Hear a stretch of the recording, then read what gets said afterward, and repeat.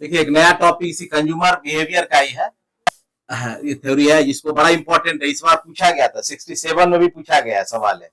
इसमें अभी आप अपने आए के अपने बच्चे हैं, अपने आए के सोनाली, उनको इसमें जो है बहुत अच्छा नंबर 36 नंबर इसी क्वेश्चन पे आप बहुत बढ़िया से लिखी थी। हाईएस्ट मार्क्स मिला 169 इकोनॉमिक्स में लाई है वो, और अच्छा पोस्ट भी मिल गया है उसको डीओ। ठीक है, तो देखिए अभी जो है इसका नाम है शॉर्ट में आरपी थ्योरी, कंज्यूमर बिहेवियर का ही है। इसको बोलते हैं रिवील्ड प्रीफरेंस थ्योरी। तो 67 में पूछा, आप लोग कोई पूछ सकता है, कोई दिक्कत नहीं है। इसी को शॉर्ट में आरपी थ्योरी बोलते हैं। इसको किसने दिया? इसको दिया by Paul M Samuelson. Paul M Samuelson ये नोबेल प्राइज विनर है, नोबेल प्राइज विनर थे ये। ठीक है, पॉल एम सैमुअल्सन ने किताब लिखे हैं जिस पर इनको नोबेल प्राइज मिला है, तो याद रखिएगा। इसने एक रिसर्च पेपर, एक बुक लिखा था, उस बुक का नाम है the consumer behaviour theory for revealed preference. 1948 में प्रकाशित हुआ था। ठीक है, सुन लीजिए, कहानी सुन लीजिए तो याद रहेगा। किसका है भाई? इसको हम बाहर कर देते हैं। निशा जी आप अपना म्यूट कीजिए माइक को, नहीं तो यहाँ पे बाहर कर देंगे, है ना। इसने एक सिद्धांत आया था रिवील्ड प्रीफरेंस थ्योरी। ठीक है, इसका मतलब होता है कि आप अपने प्रीफरेंस को, अपने पसंद को, अपने चॉइस को रिवील्ड कर देते हैं, अर्थात बता देते हैं, खोल देते हैं, है ना। इस सिद्धांत को दिया गया था। तो आप देखिए शॉर्ट में स्टोरी, पहला जो सिद्धांत आया था वो मार्शल का आया था। ठीक है, दूसरा सिद्धांत आया हिग्स का। ठीक है, हिग्स एलन का, हिग्स प्लस एलन का। ठीक है, और तीसरा सिद्धांत आया आरपी थ्योरी जो सैमुअल्सन का। सब यूटिलिटी एनालिसिस पर है, उपयोगिता सिद्धांत है, यूटिलिटी थ्योरी है ये, और डिमांड थ्योरी भी है ये। ठीक है, मार्शल ने जो सिद्धांत दिया उसका नाम था ऑर्डिनल थ्योरी। जो पिछला क्लास छूट गया वो एक बार देख लेंगे। हिग्स एलन ने दिया था कार्डिनल। है उल्टा लिखा गया जी, क्या दिमाग लगता है थोड़ा इधर उधर हो गया। कार्डिनल ऑर्डिनल, हाँ कार्डिनल ऑर्डिनल। और इसने आरपी थ्योरी ने दिया preference, revealed preference, RP preference theory, R है ना, revealed preference theory, RP theory इसने दिया। किसने दिया? किसने दिया आरपी थ्योरी? सैमुअल्सन ने दिया। ये तीन सिद्धांत बड़ा पॉपुलर हुआ था, बहुत ज्यादा। ठीक है, तो मार्शल को क्रिटिसाइज करके हिग्स साहब ने दिया ऑर्डिनल थ्योरी, और ऑर्डिनल को क्रिटिसाइज करके सैमुअल्सन ने दिया था रिवील्ड प्रीफरेंस थ्योरी। ठीक है, तीनों सिद्धांत का थोड़ा सा स्टोरी बता देते हैं ताकि आपको समझने में आसान होगा, और अगर तीनों मिला के पूछ दे बीपीएससी तो लिखने में आसान होगा, नहीं तो फंस जाइएगा वहां। देखिए क्या कहा कि मार्शल साहब जब अपनी पुस्तक लेकर आए प्रिंसिपल्स ऑफ इकोनॉमिक्स, उसने बताया, उसने डिमांड थ्योरी एनालाइज किया और प्लस यूटिलिटी थ्योरी उसने दिया। उसने कहा कि कोई भी वस्तु का उपभोग जब किसी उपभोक्ता के द्वारा किया जाता है तो उसे क्रमगत रूप से, जब लगातार उस वस्तु का उपभोग करता है तो क्रमगत रूप से उसे एक घटते हुए उपयोगिता, जिसको हम लोग मार्जिनल यूटिलिटी बोलते हैं, एमयूएक्स प्राप्त होता है। ठीक है ना, घटते हुए क्रमगत उपयोगिता प्राप्त होती है। और इसी सिद्धांत का नाम उसने LDMU, law of diminishing marginal utility सिद्धांत रखा, और ये पूरे इकोनॉमिक्स का आधार बन गया, पूरे अर्थव्यवस्था का आधार बना। इस पर कई सिद्धांत प्रतिपादित हुए। ये लगभग 1872 ईस्वी का ये घटनाएं थी, उस समय बड़ा पॉपुलर हुआ इनको, और ये सिद्धांत बनी चली। उसने सिंगल गुड्स के लिए, है ना, डबल गुड्स के लिए, मल्टी गुड्स के लिए अलग अलग सिद्धांत दिए। बाद में फिर जो है एलन साहब भी पहले सिद्धांत दिए थे, इसीलिए पहला सिद्धांत इसका एलन का फर्स्ट लॉ भी कहा जाता है। मार्शल का जो सिद्धांत है, जो एलडीएमयू है, जो एलडीएमयू दिए थे ये, और दूसरा सिद्धांत फिर दिए ईएमयू। ये गोसेन का फर्स्ट लॉ, गोसेन का सेकेंड लॉ कहा जाता है। ये फर्स्ट लॉ, सेकेंड लॉ दोनों दिए। उसने कहा कि दो वस्तुएं जब लगातार खाएंगे तो दोनों वस्तुओं से उपयोगिता जो प्राप्त होगी, तो दोनों वस्तुओं पर जो अंतिम इकाई की उपयोगिता होगी वह दोनों समान हो जाएगी। इसलिए इसका नाम पड़ा इक्विमार्जिनल यूटिलिटी थ्योरी, जो पढ़ा चुके हैं, पुराने बच्चे पढ़ चुके हैं, जो नए उनको नहीं पढ़े हैं वो आपको पढ़ाएंगे। तो सिद्धांत आई, उसके बाद इनकी बहुत दिन तक, लगभग 70-80 वर्ष तक चलता रहा, इनके सिद्धांत को मान्यता मिली। बाद में हिग्स साहब आए, हिग्स, है ना, जे आर हिग्स महोदय, और इसने तटस्थता वक्र सिद्धांत को जन्म दिया। और तटस्थता वक्र पर सिद्धांत बनाए कि नहीं, कोई भी उपभोक्ता जो है अक्सर तटस्थ हो जाता है किसी भी वस्तु के प्रति। कब होता है?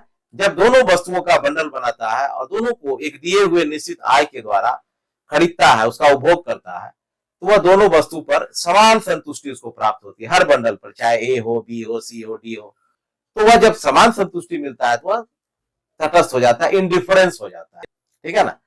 और वह कहता है कोई भी बंडल दीजिए, हमको कोई दिक्कत नहीं, हम सबसे संतुष्टि, हमको समान मिलेगी। इनका सिद्धांत भी लगभग 50 वर्ष तक चलता रहा। बाद में जो 1948 में जो है लगभग सैमुअल्सन साहब आए और उस समय तक हिग्स साहब जीवित थे। ठीक है? और इनको नोबेल प्राइज के लिए नॉमिनेट किया जा चुका था इनके किताब को, लेकिन खुलेआम चुनौती दे दिए। अमेरिकन अर्थशास्त्री थे सैमुअल्सन साहब, इसने इसको खुलेआम चुनौती दिया हिग्स को कि आपने जो तटस्थता सिद्धांत को जन्म दिया है ये फेक है, इस पे कोई साबित नहीं होता है। ऐसा थोड़ी हो सकता है कि कोई व्यक्ति दो वस्तु खा रहा है और कह रहा है कि नहीं भाई हमको ए से भी समान संतुष्टि है, बी से भी है, सी से भी है, डी से भी। ऐसा कहां होता है? व्यवहारिक जीवन में होता ही नहीं है ऐसा। आप कल्पना की बात करते हैं, कोई तटस्थता वक्र नहीं होती। तो कहा भाई, तो बुलाया, इनको बुलाया गया, ओपन कॉन्फ्रेंस में बुलाया गया और इनको चैलेंज किया गया कि आप हिग्स साहब आप प्रूव कीजिए कि तटस्थता वक्र है, दुनिया में एग्जिस्टेड है, उस पर एक उपभोक्ता, एक कंज्यूमर उस पर कायम रहता है। तो ये फेल कर गए, साबित नहीं कर पाए। समझे? हिग्स साहब साबित नहीं किए और साबित नहीं करने के कारण उसने कहा और अपनी गलती को स्वीकार किए और कहा कि ये मेरे जीवन की सबसे बड़ी भूल थी कि हमने इंडिफरेंस कर्व को जन्म दिया और इंडिफरेंस कर्व को पुनः वापस लिए ये, और वापस लेने के बाद फिर जाके आगे जाकर एक है ना रिवीजन थ्योरी ऑफ डिमांड, जिसमें वो आईसी को त्याग दिए और उस पर एक प्रूफ के सिद्धांत जो आगे पढ़ाएंगे, रिवीजन, बीपीएससी एक बार पूछ चुका है आपसे, रिवीजन थ्योरी ऑफ डिमांड को जन्म दिया। और इसी क्रिटिसाइज के आधार पर इसको 1948 में सैमुअल्सन साहब को, हिग्स को नहीं मिला, इनको नोबेल प्राइज मिल गया। ये बिहेवियर थ्योरी को जन्म दे दिया। का काल्पनिक कोई सिद्धांत नहीं होता, व्यवहारिक सिद्धांत होती है। लोग जीवन, हर आदमी, हर उपभोक्ता व्यवहार में जीता है। और इसके बाद इनका आरपी थ्योरी काफी हिट हुआ और वर्ल्ड के सारे यूनिवर्सिटी में आज आरपी थ्योरी को लोग पढ़ाते हैं और मनाते भी हैं और इस पर पालन भी होती है। इस पर कई सिद्धांत बन चुके हैं और बनाया जाए, आज भी लोग पालन करते हैं। तो what is the RP theory, है क्या ये? अब यहाँ पर हम लोग आते हैं। तो रिवील्ड प्रेफरेंस थ्योरी का मतलब होता है, दो वर्ड आती है, एक आता है प्रेफरेंस और दूसरा आता है डिफरेंस। ठीक है? और इसमें ये दोनों को लेकर चले, लेकिन ये चले थे इनडिफरेंस को लेकर। जो हिग्स साहब चले थे वह इनडिफरेंस को लेकर, मतलब तटस्थ में। ये कहता है कि अगर व्यक्ति डिफरेंस है, जब व्यक्ति डिफरेंस होता है तो किसी न किसी एक चीज में प्रेफरेंस जरूर होता है। वह अब आप मान लीजिए कि चार बातें आपके सामने आई, चार खाना आया, तो चारों में डिफरेंट है, टेस्ट डिफरेंट है, यूटिलिटी डिफरेंस है, एमयूएक्स भी डिफरेंट है। तो लेकिन आप क्या करेंगे? किसी एक को प्रेफरेंस करेंगे ना, डिफरेंस तो नहीं रह सकते कोई भी। आप, आपके पास चार फोटो आया शादी के लिए, अब पिताजी पूछ रहे हैं कि बताओ भाई किससे शादी करना, कहता है चारों ठीक है। ऐसा थोड़ी होता है जीवन में, चारों से शादी कीजिएगा, नहीं कर सकते हैं, कोई व्यक्ति नहीं कर सकता।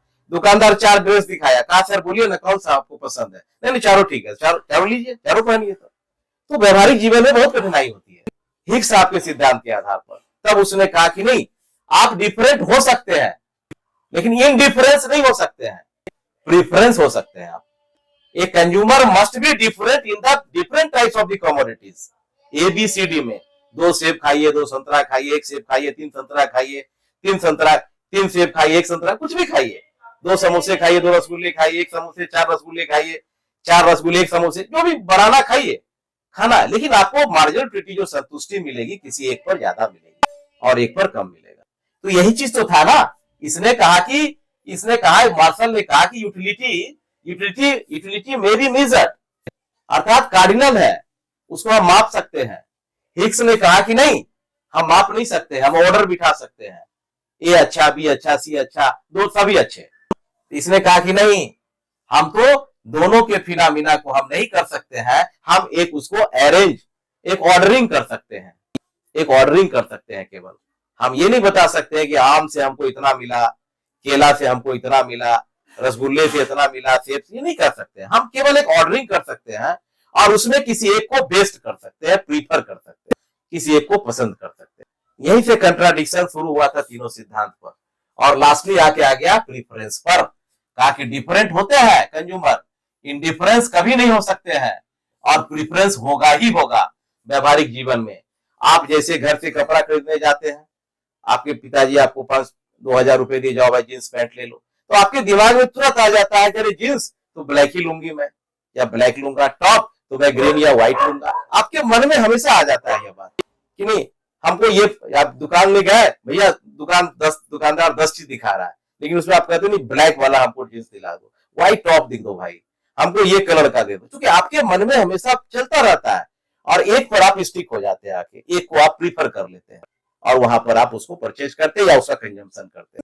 कभी भी पूरा हमेशा अगर डिफरेंस रहेगा तो कुछ खरीद ही नहीं पाएगा, कुछ कंजम्पशन नहीं हो पाएगी।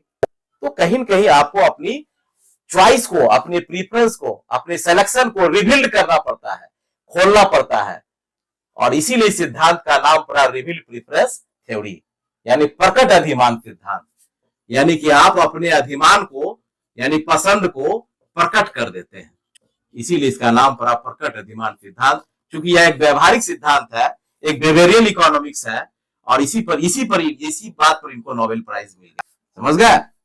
और यही सिद्धांत आपका है कि एक उपभोक्ता अपने दिए हुए सीमित आय के द्वारा विभिन्न संयोगों में से किसी एक संयोग पर अपने पसंद को, अपने चॉइस को प्रीफर कर देता है, खोल देता है, बता देता है कि हमको यह पसंद है तो यही पसंद है। अब आपको अगर स्प्राइट का स्वाद पसंद है तो दुकानदार लाख कोको कोला देता है, थम्स अप देता है, मिरिंडा देता है, लेकिन कहते हैं नो नो नो नो, हमको तो वही स्प्राइट चाहिए भैया, ये पसंद है मुझे, मैं यही पीऊंगी, यही पीऊंगा। लाख दुकानदार कह लीजिए सर एक पर एक फ्री है, 2 बार पिला देंगे आप, नहीं नहीं मुझे ये पसंद है। दैट मीन्स व्यवहार में हर उपभोक्ता, हर कंज्यूमर जो है वो अपने प्रेफरेंस को स्टिक रहता है, उस पर कंसिस्ट करता है, वह ट्रांजिटिविटी नहीं होती है, कंसिस्ट करता है।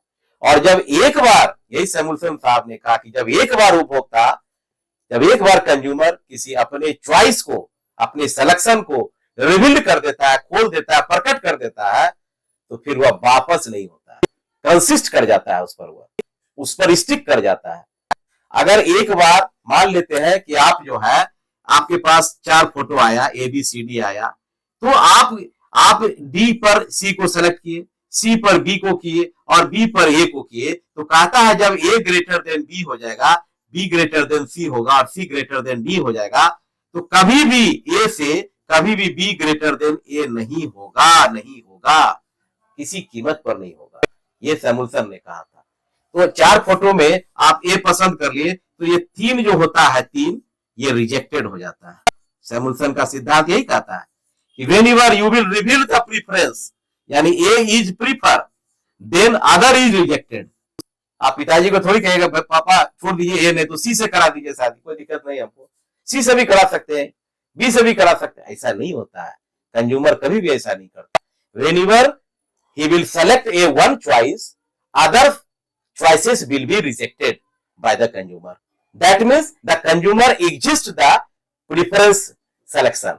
Preference selection पे वो exist कर जाता है, ट्रांजिटिविटी नहीं होती है, बदलता नहीं है बार बार, छोड़िए ऐसा कीजिए, वो नहीं पसंद, ये दे दीजिए, छोड़िए वो दे दीजिए, छोड़िए दे दीजिए, ऐसा नहीं होता है। Consumer may be always consist on the selection point. This is the revealed preference theory. यही है प्रकट अधिमान सिद्धांत। कोई ट्रांजिटिविटी नहीं होगी, और अगर एक बार एक सेलेक्ट कर लिए तो अदर ऑलवेज विल रिजेक्ट, और एक बार जब रिजेक्ट कर दिए तो रिजेक्ट कभी भी सेलेक्ट नहीं हो सकता है, रिजेक्ट कभी भी प्रेफरेंस नहीं हो सकता है। This is the Samuelson theory of the reveal theory. यही स्टोरी है इसका। स्टोरी इसलिए सुनाते हैं बच्चे को याद रहता है, और ये इंटरव्यू में बहुत काम आएगा। पिछला बार 2-3 बच्चे गए थे इंटरव्यू देने के लिए, क्यों रैंक आ रहा है हमारे यहाँ सारे बच्चे, उसका कारण है कि जो इंटरव्यू में आप जवाब देते हैं तो एग्जामिनर को बहुत पसंद आता है। उसे इसी तरह से पूछा गया था, तो जब कहानी बता दी थोड़ा सा कि सर ऐसे ऐसे स्टोरी इस तरह हुआ, बड़ा इंप्रेस हुआ। उनको लगा कि इतनी तुम कैसे जानती हो, इतना कैसे इतना कम उम्र में पढ़ ली। तो उसको पता है ना कि सर हमारे बताए थे, जो हम लोग ओरिजिनल किताब से पढ़े, पीएन इनका ओरिजिनल बुक मैंने पढ़ा है, आरपी थ्योरी का 1948 में लिखना था, तो उसमें सारा लिखा हुआ है कहानी, कैसे हिग्स साहब से ऐसा कॉन्टेस्ट हुआ, कैसे इसको नॉवेल मिला, तो सारी बातें बता देते हैं आपको, ताकि आपको एक कहानी से जुड़ के याद रहेगा। और जब कुछ प्रसंग या वाक्य आता है तो आप बताते हैं, तो अगले को लगता है कि इनको बड़ा डेप पढ़ाई है, बहुत अच्छी पढ़ाई है इनकी, बड़ा अच्छा ढंग से पढ़ा है, तो खुश होता है और अच्छा नंबर देता है आपको। देखिए कुछ बातें अलग होगी तब तो अलग नंबर मिलेगा आपको। अब तोता के तरह रट रहे हैं, नोट्स उठा लिए, किताब उठा लिए, छाप दिए, लिख दिए, तो आपकी किताब में है कहाँ कहीं लिखा हुआ? है नहीं। तो हम लोग ओरिजिनल बुक है पी कुरसियानी का पढ़ते हैं, सैमुअल्सन का पढ़ते हैं, सारी किताबें देखते हैं, तो उससे अच्छी अच्छी बातें निकल के आती है, आपको बताया जाता है, हमारे पास उस साधन रहता है। हम लोग चूंकि इकोनॉमिक्स में रिसर्च किए हुए हैं, तो हम लोग को तो दिक्कत है नहीं कहीं। तो this is the nutshell theory. अब इसको हम लोग डायग्राम से देखें कि डायग्राम क्या कहता है ये। तो इसमें क्या है, इसमें देखिए सबसे बड़ी बातें होती है अब मान लेते हैं कि आपके पास एक बजट लाइन दिया हुआ है, ए बी बजट लाइन, ठीक है। तो आप यहाँ एक्स गुड्स को आपने रखा वाई पर, और यहाँ आपने वाई गुड्स को रखा। तो ये आपको बताता है, ओ एक्स पर आपने एक्स लिया, वाई पर लिया, अर्थात आप अगर पूरे पैसे खर्च करेंगे एक्स गुड के लिए तो वो भी खर्च कर देंगे एक्स गुड पर, और पूरा खर्च करेंगे वाई पर तो वो ए कर देंगे पूरा। ये आपका बजट लाइन यही बता रहा है। लेकिन कोई व्यक्ति एक ही वस्तु पर नहीं करता है, जब भी होता है जीवन में दो वस्तु का चयन चुनाव करता है, दो कॉम्बिनेशन लेके चलता है। तो आपके पास यहाँ भी है सी है, एक यहाँ है डी है, एक यहाँ ई है, और एक यहाँ एफ है, एक यहाँ जो है आर है, एक यहाँ एस है, और एक यहाँ टी है, और एक यहाँ पर भी है जो एम है, ठीक है। यानी कि कहता है एक उपभोक्ता के पास इतना संयोग है, एक संयोग यहाँ है, एक यहाँ है, एक यहाँ है, एक यहाँ है, एक ये है, एक ये है, एक ये है, और एक ये है। ये कह रहा है, ये है, यही है इनका आरपी सैमुअल्सन साहब का डायग्राम। ये क्या कहता है, ये कहता है कि एक उपभोक्ता जो अपने दिए हुए बजट यानी जो कीमत रेखा है, जो उसके पास बजट कॉन्स्टेंट है, यानी जितना उसके पास बजट है 100 रुपए, 200, 500, 1000 रुपए खर्च करने के लिए, अब उसमें से वह एक्स और वाई गुड्स के कॉम्बिनेशन को बनाता है, खरीदना चाहता है, खरीदता है कि किसमें दोनों के द्वारा हमको मैक्सिमम संतुष्टि मिल पाएगा। तो अब आप देखेंगे कि आप देखिएगा, जैसे अगर मान लेते हैं कि सी को लेता है, अभी आप लोग बनाएंगे नहीं लेकिन केवल समझ लीजिएगा। अब आप मान देखिए इसको इतना लिया, अर्थात ये x1 इसका लिया, y1 इसका लिया। अब अगर d को ले लेता है तो इतना लेता है, x2 इसका लिया, y2 इसका लिया। अगर e को लेता है तो x3 इसका लिया, y3 इसका लिया। अब आप क्या देख रहे हो, आप देख रहे हो कि उपभोक्ता संयोग पे संयोग बनाया जा रहा है, बहुत तरह उसके पास संयोग है। तो क्या यह सभी संयोग का चयन करेगा? नहीं करेगा। क्यों नहीं करेगा? क्योंकि सारा जो कॉम्बिनेशन है एक्स वाई वस्तु का वह बजट के अंदर आ रहा है। हाँ, सभी बजट के अंदर आ रहा है। लेकिन यहाँ पर सिद्धार्थ में कहता है कि उपभोक्ता को अपना पूरा खर्च व्यय करना है, बचत नहीं करनी है, तब तो उसको मैक्सिमम संतुष्टि प्राप्त होगी, तभी तो उसको मैक्सिमम होगा। तो सब बजट के अंदर आ रहा है, नहीं करेगा। तो क्या करेगा, जो बजट लाइन पर आ रहा है वो करेगा, यानी आर एस और टी करेगा, आर एस टी करेगा, एम नहीं करेगा। क्यों बताइए? हाँ, very good very good, budget से बाहर है, एम को कभी भी सेलेक्ट नहीं करेगा, बजट से वह बाहर, ठीक है। तो ये सब A B C D F ये सब नहीं कर रहा है, सिलेक्शन नहीं करेगा, क्योंकि इसमें उसको अगर सेलेक्ट कर भी लेता है तो उसको मैक्सिमम संतुष्टि नहीं मिलेगी, इक्विलिब्रियम नहीं आएगा, संतुलन बिंदु नहीं आएगा उसके पास। तब वो क्या करेगा, तब वो बजट लाइन पर आएगा, तो बजट पर आ जाएगा आर एस टी। लेकिन अब तो कंफ्यूजन है, आर भी बजट पर है, एस भी बजट पर है, टी पर भी बजट है। अब इसके पास तीन संयोग है, तीन कॉम्बिनेशन है, तीन बंडल है। अभी तीनों में कौन बेस्ट है? जिस तरह से आपको 4 फोटो आया था, 3 फोटो आया था शादी के लिए, तो उसमें से आप किसी एक को पसंद कर, तीनों तो नहीं कर सकते। आप कहेगा पापा तीनों अच्छा है, तीनों में तीनों कर लीजिए, तीन को कहीं हो सकता है? नहीं होगा। तो दुकानदार दिखा रहा है 3 को cold drink, Coca Cola, Thums Up और मिरिंडा भी दिखा रहा है, तो कहते हैं तीनों दे दिए, तीनों मिला के थोड़ी दे देगा आपको, कोई एक तो बताना पड़ेगा ना। यही तो रिवील, यही सैमुअल्सन साहब ने कहा कि कोई एक पे तो रिजिड होना पड़ेगा आपको, यानी आप अपने प्रेफरेंस को खोल दीजिए, बता दीजिए, प्रकट कीजिए, आर भी सही है, एस भी सही है, टी भी सही है, लेकिन आप फिर कौन लेना है आपको, तो ये आप रिवील करेंगे। आप क्या करेंगे, अब आप देखिए, अब आप जैसे मान लेते हैं इसका इतना आता है, ये x1 आप ले रहे हैं, y1 यहाँ ले रहे हैं, इसका देखिए इतना आता है, x2 ले रहे हैं, y2 ले रहे हैं, और इसका देखिए इतना आता है, x3 ले रहे हैं, y3 ले रहे हैं। आपको कॉम्बिनेशन आपके ऊपर निर्भर करता है ना कि आप कौन सा ले रहे हैं, क्योंकि तीनों बजट लाइन पर है। अब अंतर क्या है तीनों में, इसमें y का मात्रा ज्यादा है, x का मात्रा कम है, इसमें x का मात्रा ज्यादा है, y का मात्रा कम है, और इसमें जो है दोनों का मात्रा बराबर बराबर है। तो अर्थात अगर आपको आम खाने में भी उतना ही संतुष्टि है, सेब खाने में उतना ही संतुष्टि है, तो आप चाहते हैं क्यों नहीं इसको पसंद कर ले, तो आप क्या करेंगे, आप इसका त्याग कर देंगे, इसका त्याग कर देंगे, और इसको आप पसंद कर लेंगे, कहेंगे यही मेरा प्रीफर्ड है। तो जैसे ही एस को आप पसंद कर लिए, ये एस को आपने प्रीफर किया, प्रीफर यानी कि इसे प्रीफरेंस हुआ, प्रीफरेंस हुआ अर्थात रिवील कर दिया, आप खोल दिए, प्रकट कर दिए अपने प्रीफरेंस को।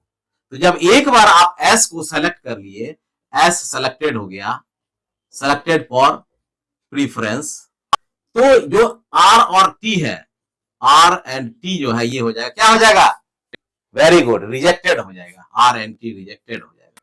यही तो सिद्धांत है। और जब एक बार रिजेक्ट होगा तो दोबारा फिर सेलेक्ट क्या होगा, नहीं होगा, वो सेलेक्ट सेलेक्ट नहीं होगा, वो सेलेक्ट नहीं होगा। यही तो है रिवील प्रेफरेंस थ्योरी। इसी को सैमुअलसन साहब ने प्रूव किया। अब उसने क्या कहा, तो इक्विलिब्रियम आपको कहां मिलेगी, इक्विलिब्रियम मिलेगी आपको इस कॉम्बिनेशन पर, क्योंकि तीनों लाइन आपके बजट पर है, तीनों लाइन आपके बजट पर, तो आप तीनों में सेलेक्ट कर सकते हैं, कोई एक का भी कर सकते हैं। लेकिन जैसे ही तीनों में से एक ही बजट रेखा पर है तो आप किसी एक का ही चयन करेंगे, दूसरे का चयन नहीं करेंगे आप। और जैसे एक का रिवील कर देंगे, एक प्रेफरेंस को आप बता देंगे, तो वह प्रेफरेंस आपका हो जाएगा, बाकी रिजेक्ट हो जाएगा। अर्थात आपका रिजेक्टेड जोन जो बनेगा वह रिजेक्टेड जोन, अर्थात आपने क्या किया, आपने x1 और y1 का सिलेक्शन किया, इसको मैक्सिमम संतुष्टि आपको मिल रही है, और रेस्ट जो पार्ट है अर्थात यह जोन ये हो गया प्रीफर्ड जोन हो गया, और ये हो गया ये पूरा एरिया, ये प्रीफर्ड जोन हो गया, और ये एरिया जो हो गया, ये पूरा एरिया, ये नीचे वाला एरिया, ये रिजेक्टेड जोन। या कई पुस्तक में इग्नोर्ड लिखा है, इग्नोर्ड एरिया जोन, और ये भी लिखा है इग्नोर्ड या रिजेक्टेड। हम तो रिजेक्टेड लिखते हैं या इग्नोर्ड जोन, मेरे नोट्स में रिजेक्टेड लिखा रहेगा, उर्फियानी साहब रिजेक्टेड लिखते हैं। तो इग्नोर्ड जोन है ये, तो रिजेक्टेड और इग्नोर्ड जोन क्यों हुआ, क्योंकि अभी ये एरिया तो आप लेंगे नहीं, ये लेंगे नहीं, जब भी घूमेंगे तो आप इसमें ही घूमेंगे, यही एरिया आपका रहेगा, प्रेफरेंस का जोन रहेगा, ठीक है, क्योंकि यहाँ पर आपको संतुष्टि ज्यादा मिलेगी इसी पॉइंट पर, बाकी पर नहीं मिलेगी, एक बार रिजेक्टेड हो गया, ठीक है। तो यही है आरपी थ्योरी। इसमें पहला क्या कहता है, जो एजम्पशन है इसका, इसके एजम्पशंस क्या है, पहला है कि क्या होता है, रेशनलिटी होता है, अर्थात विवेकशीलता होनी चाहिए, किसमें, उपभोक्ता, यानी उपभोक्ता जो है दिमागी पेशेंट नहीं हो, पागल नहीं हो, विक्षिप्त नहीं हो, मतलब रीजनल, एक विवेक बुद्धिशील होनी चाहिए, उसको पता होनी चाहिए कि अगर हम इसको, ये जो टी को हम रिजेक्ट कर रहे हैं तो क्यों कर रहे हैं, आर को रिजेक्ट कर रहे हैं तो क्यों कर रहे हैं, एस को सेलेक्ट कर रहा है तो क्यों कर रहा है, ये उसको पता होनी चाहिए। अभी नहीं कि अंदाजी कर दिया कि आर सेलेक्ट है जबकि सेलेक्ट होना चाहिए था एस, तो ये आपको करना, ये क्यों कर रहे हैं ये पता, रेशनलिटी। दूसरा है ये तो इधर है, ये सब ये एरिया ये तो बजट के अंदर है भैया, इसको थोड़ी पसंद कर रहे हैं आप, ये तो ये एरिया है, ये एरिया है, ये तो बजट, कोई भी आदमी बजट पर ही तो करेगा ना अपना काम, जो दिया हुआ पैसा उस पर करेगा। कंसिस्टेंसी है, यानी कि कंसिस्ट करते हैं आप स्थिरता होती है, रिजिडता, ठीक है। तो क्यों होता है कंसिस्टेंसी, क्यों रहती है, क्योंकि आप जब एक बार आप सेलेक्ट कर लेते हैं तो बाकी जो रिजेक्ट कर देते हैं तो आप कभी भी रिजेक्ट पर नहीं जाएंगे आप। तीसरा होता है ट्रांजिटिविटी, अभी हम लिखा देंगे इसको, खाली समझा रहे हैं क्या होता है। तो मतलब कहता है कि जैसे ही आप ए से बी की ओर गए, ठीक है, और बी से सी की ओर गए, और सी से डी की ओर गए, तो अगर ए ग्रेटर देन बी है, ठीक है, और बी ग्रेटर देन सी है, और सी ग्रेटर देन डी है, तो क्या होगा, always A greater than D होगा, always A greater than D होगा, यही ना होगा। तो अगर ट्रांजिट भी करते हैं आप, तो हमेशा अगर मान ले एक ए ग्रेटर देन बी है, बी ग्रेटर देन सी है, सी ग्रेटर देन डी है, तो ए जो है ये ऑलवेज हमेशा ग्रेटर देन डी ही रहेगा, अगर ट्रांजिट भी आप करते हैं। अब अगर मान लेते हैं कि उपभोक्ता का बजट बढ़ गया, तो जैसे यहां पर एक एम बिंदु हम दिए थे आपको, तो एम बिंदु दिए थे ना, मान लेते इस एम बिंदु के यहां दे देते, एम बिंदु दिए थे, तो उपभोक्ता का बजट चेंज होगा तो बजट लाइन भी क्या होगा, चेंज हो जाएगा। तो जो एरिया इसका क्या अनएफोर्डेबल था, जहां तक नहीं पहुंच पा रहे, तो वो आ जाएगा इसके पास, आराम से आ जाएगा। तो ये चीज बता रहा, कह रहा है कि अगर मान लिया कि आपको डी तक पहुंचना है तो ये ग्रेटर देन डी है, तो ट्रांजिटिविटी होती है ना, रेशनलिटी है, कंसिस्टेंसी है, ट्रांजिटिविटी है। दूसरा है टेस्ट प्रेफरेंस, टेस्ट जो है और जो है प्रेफरेंस जो है वो कांस्टेंट होनी चाहिए। कहने का अर्थ आप रुचि नहीं बदलना है आपको, मतलब अपना फैशन, रुचि, आदत, आय, ये सब नहीं बदलनी रहती, क्योंकि अदर थिंग्स में ये सब आता है, तब सिद्धांत लागू हो पाता है, ये नहीं चेंज करना। तो ये आपको इतना करना पड़ेगा। तीसरा है प्राइस। प्राइस जो है, प्राइस चेंज स्थिर रहनी चाहिए। Price of goods constant. ये सब मान्यता इसकी है, जो मान्यता के आधार पर इस सिद्धांत को पूरा 3 मान्यता इसकी महत्वपूर्ण सबसे ज्यादा यही है, रेशनलिटी, कंसिस्टेंसी, ट्रांजिटिविटी। ये 3 अगर है तो सिद्धांत आपका प्रचलित होता है, चलता है। समझ गया ना? अब अगर मान लेते हैं इसमें प्राइस कम गया, ये एक्स वस्तु का कीमत घट गया, तो घटेगा तो फिर इसके इसमें मात्रा बढ़ जाएगी। तो मात्रा बढ़ेगा तो जो एरिया इसका बाहर था वो आ जाएगा, बाकी एरिया इसका निकल जाएगा इससे बाहर, तो ये नया एरिया आ गया, तो नई ट्रायंगल बन जाती है, तो फिर इसका जो है चेंज हो जाएगा। तब यह क्या होगा, जो एम बिंदु यहाँ पर था, ये एम, ये इसके अंदर आ जाएगा। तब जो है ये एस के जगह पर एम को पसंद करेगा, क्योंकि इसकी मात्रा यहाँ बढ़कर x2 हो जाएगी। तो इस तरह से हो सकता है, ये इनका कहना है।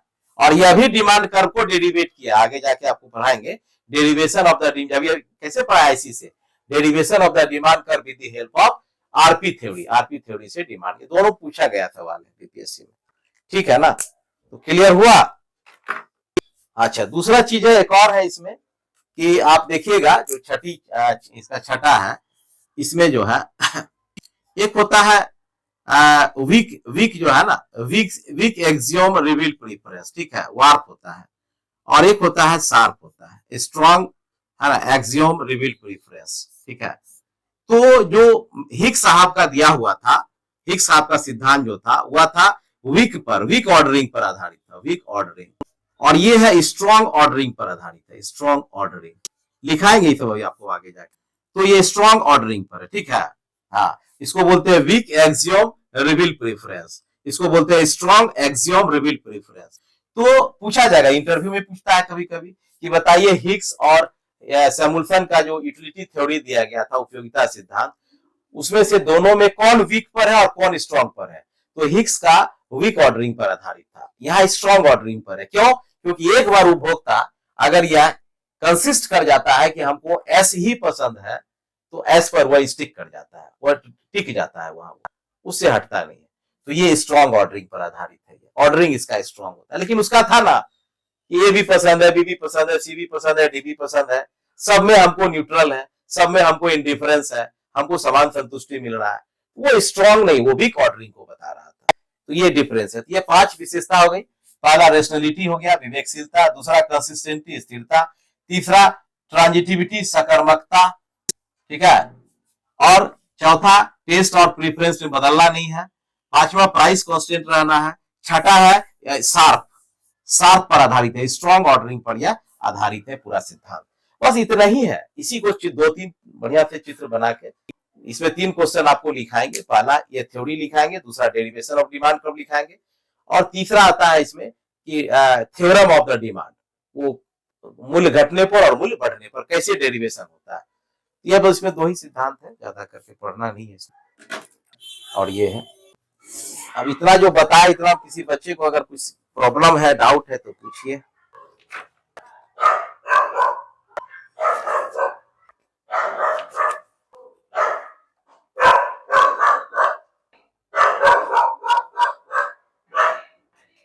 देखिए, इसमें एक सवाल भी आता है, बार बार पूछा जाएगा आपसे कि बताइए हिग्स का सिद्धांत और सैमुअल्सन का सिद्धांत में, दोनों सिद्धांत में श्रेष्ठ कौन सा है? श्रेष्ठ कौन सा है? तो श्रेष्ठ कौन सा है? क्या? हाँ, सैमुअल्सन का श्रेष्ठ है। हाँ, क्यों श्रेष्ठ है? इसका पॉइंट पहला वही हो गया, पहला पॉइंट हो गया कि व्यवहारिक सिद्धांत है, सही बोले आप। दूसरा पॉइंट होगा स्ट्रॉन्ग ऑर्डरिंग पर आधारित है, जबकि हिग्स का सिद्धांत क्या है? वीक ऑर्डरिंग पर आधारित है वह। हाँ, उसमें संतुष्टि स्तर पता नहीं चलता है, इसमें संतुष्टि स्तर का पता चलता है, पूर्ण सैटिस्फैक्टी आती है ना। वह इंडिफरेंस होता है या प्रेफरेंस हो जाता है, दोनों में अंतर यही है। चौथा है कि इनके सिद्धांत पर जो है हम अदर सेक्शन को रिजेक्ट करते हैं, वहां सभी को पसंद कर लेते हैं, सब पसंद है, चारों का चारों पसंद। यहाँ वैसा है नहीं, किसी एक को पसंद है, बाकी रिजेक्ट है। यहाँ कंसिस्टेंसी है, वहां नहीं था कि आप ए भी ले सकते हैं, ए की जगह बी ले सकते हैं, बी की जगह सी, फिर ए पर जा सकते हैं। लेकिन यहाँ नहीं है, जब एक बार आप ए को पसंद करते हैं तो बी सी डी आपका रिजेक्ट हो जाता है, आपका रिजेक्शन जोन में चला जाता है हुआ, और एक बार रिजेक्शन जोन में जाएगा तो सिलेक्शन जोन में नहीं आएगा। लेकिन मूल्य घटने, आय के बढ़ने, अर्थात प्राइस इफेक्ट और इनकम इफेक्ट का प्रभाव पड़ता है उपभोक्ता पर, लेकिन वह रिजेक्ट पर नहीं पड़ता है, रिजेक्ट को रिजेक्ट माना जाता है हमेशा। तो ये सारी बातें इसमें अंतर है जो व्यवहारिक रूप से इसमें श्रेष्ठ बनाता है सैमुअल्सन के थ्योरी को। सवाल यही पूछेगा कि प्रकट अधिमान सिद्धांत की व्याख्या करें चित्र के साथ, है ना, तथा ये बताएं कि हिग्स और सैमुअल्सन के सिद्धांत में, दोनों सिद्धांत में श्रेष्ठ कौन सा है। तो सैमुअल्सन के सिद्धांत को श्रेष्ठ हम लोग बताएंगे, करेंगे, ठीक है ना। तो ये सिद्धांत है इसका, क्लियर हो गया।